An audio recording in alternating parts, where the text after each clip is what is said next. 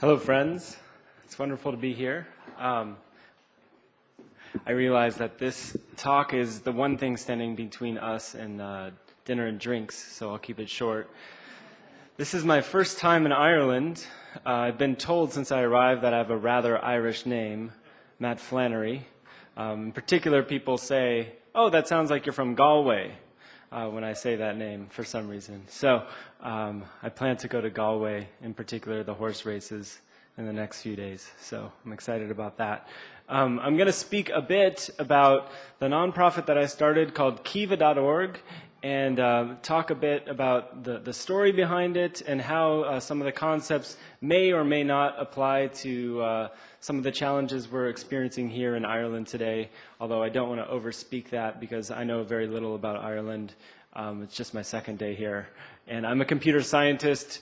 I am not an economist, so I'm very careful when I wade into realms that I don't fully understand. So we'll take it little by little. So just to explain what I do, I started and built this website called Kiva. That's a picture of it on this slide right there. That is the Kiva lending team from Ireland. There's 333 members on the Irish Kiva lending team. That doesn't make any sense to anyone. So what that means is that these are 330 Irish people that have gathered together to lend small amounts of money, in this case $25 at a time. They put in euros, it converts to dollars. The dollars get sent out to low-income entrepreneurs all over the world in about 60 countries. We started Kiva in Uganda, so a lot of the entrepreneurs are in Africa, but now we work in South America, Southeast Asia, Eastern Europe, and even the USA. So we'll talk a bit about that. But the Irish team is particularly strong on Kiva, so I want to give them a round of applause. And thank you. We even have some Irish lenders from Donegal that I found on the website, but I don't know if any of them are here. The second biggest Irish team is the Labour Party. And there's only 2 members of the Labour Party on Kiva today. So we have a lot of work to do. Labour Party members, get to work. Really quick, the story. So I'm going to tell a quick story. I started Kiva in 2005 with 2 other people. I started it after I saw this man, Professor Muhammad Yunus, speak. Who has heard of Professor Yunus? Great. He's a Nobel Peace Prize winner.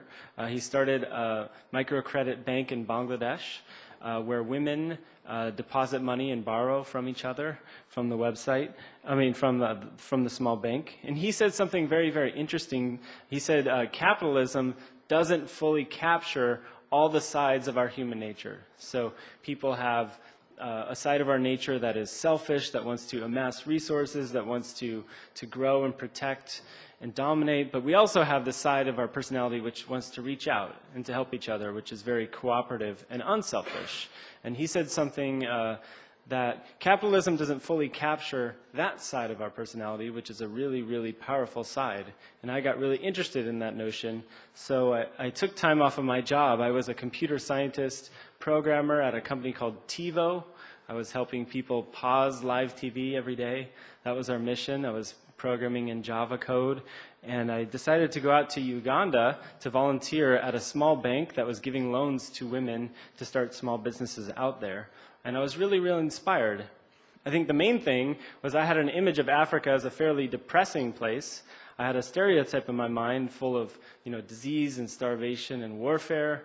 But what I really experienced was something quite uplifting. I talked to a lot of people starting businesses like this woman, Petronilla, small business people that had big hopes and dreams. And so my experience out there was one of optimism, and it was pretty interesting. I found myself as an aspiring entrepreneur talking to other aspiring entrepreneurs and current entrepreneurs the whole time. And I wasn't really talking about poverty a lot. And that was a big aha for me.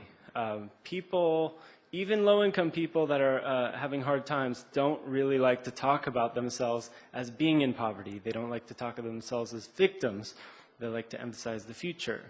And that was different than my experience growing up, learning about Africans and sponsoring children half a world away. I had a different notion.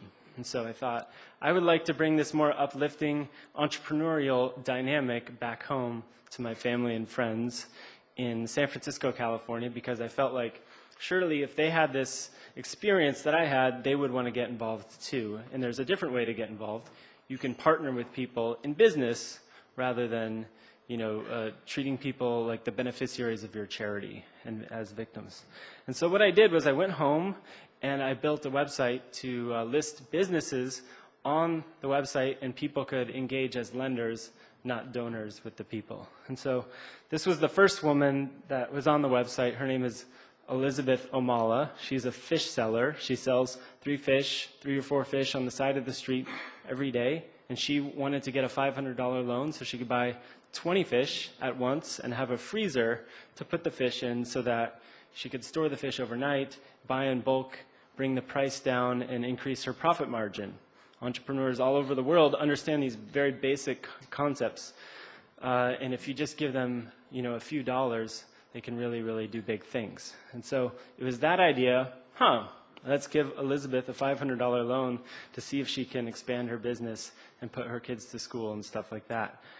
So about a year after I went to Uganda the first time, I was still working at my day job programming the TV machine. But at night I was doing this, and I built this website. It looked like this, where Elizabeth was able to get a loan from my father and my co-founder's father up there. So that was April 2005. The first loan was delivered. And since that time, we've funded about $300 million in loans in about 64 countries. So I say all that because I learned a lot throughout the experience. I learned that people, just like Professor Yunus said, people are incredibly generous, and people have this desire to work together, to partner with each other, to reach out and to connect to people half a world away. And if you give them the opportunity to do so, they'll respond in a very, very big way. When it's an exchange based on mutual dignity, it's an exchange based on hope and dreams, it's really inspiring, and people are much, much more generous than I ever imagined. I didn't think it would be a big thing. That's why I kept my day job, and for 2 years, I sort of did this on the side. But I was surprised by the scale of everything and how people all over the world, from Ireland to India to Cambodia, were actually being generous and lending money, not just borrowing on the site. So that was cool. We expanded to other places. So we expanded to Kenya.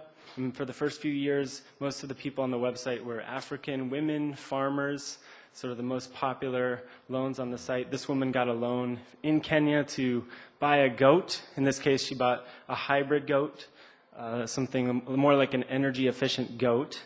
But then we even expanded outside of businesses into students. And so this guy, we partnered with a school, sort of like the Trinity College of Kenya, called Strathmore University, to start giving student loans. So I learned that there are no student loans outside of the rich countries in Europe and North America, and there's a big need. And so our lenders now, we have this community of 1 million lenders giving business loans, but also student loans to people like this guy, Patrick, to go to school and get an education at Strathmore. In this case, he got a $15,000 loan. That's 10 years. So he doesn't pay back the loan for 10 years to the Kiva lenders. So it's sort of like the sponsor-child dynamic, but more like a sponsor-student dynamic, and based on his potential as a potential person to pay back loans. In the process, Kiva has become the biggest funder of microfinance lending in sub-Saharan post-conflict Africa. So our lenders really like to fund things in places that are fragile economically, fragile politically. So the more troubled a nation appears to be in the minds of our lenders, the more generous they are. So places like Rwanda, Burundi, South Sudan, we've just funded millions and millions of dollars, tens of millions of dollars of loans in those places, and become actually a powerful economic force in places like this, surprisingly. We have investors who are sort of the inverse of normal investors. Whereas normal investors fly away from risk, they avoid risk. In this crowdfunding dynamic, when people are only parting with $25 at a time, they're actually drawn to risk. and they don't mind having default rates. They don't mind losing 5–10% of their money if they think they're making a bigger difference in the world. So that was the first part of my journey. More recently, I've been interested in working in the U.S. I live in San Francisco in the Mission District, not a particularly wealthy part of San Francisco, a lot of homeless people, a lot of immigrants. And so I got really interested in serving people in my hometown. I walk to work every day, so the people I know and see every day. So we started funding San Franciscans who post themselves to the website and get loans directly via online payment platforms like PayPal. And then they put up their reputation and they endorse other people in San Francisco on our website. So this taxi driver, Ernesto, actually endorsed a coffee shop down there, this guy named Victor, and vouched for him with his reputation. So people are putting their reputation at stake, and when you operate in a social environment like that with lending, you'd be surprised people actually pay back at extraordinarily high rates. So our rates for this kind of lending, with no intermediary, no collateral, just goodwill, is like we have a 100% repayment rate so far with situations like this. Really, really cool. We're also working a lot with farms now. So in the Bay Area in California, we're funding farmers outside of the area.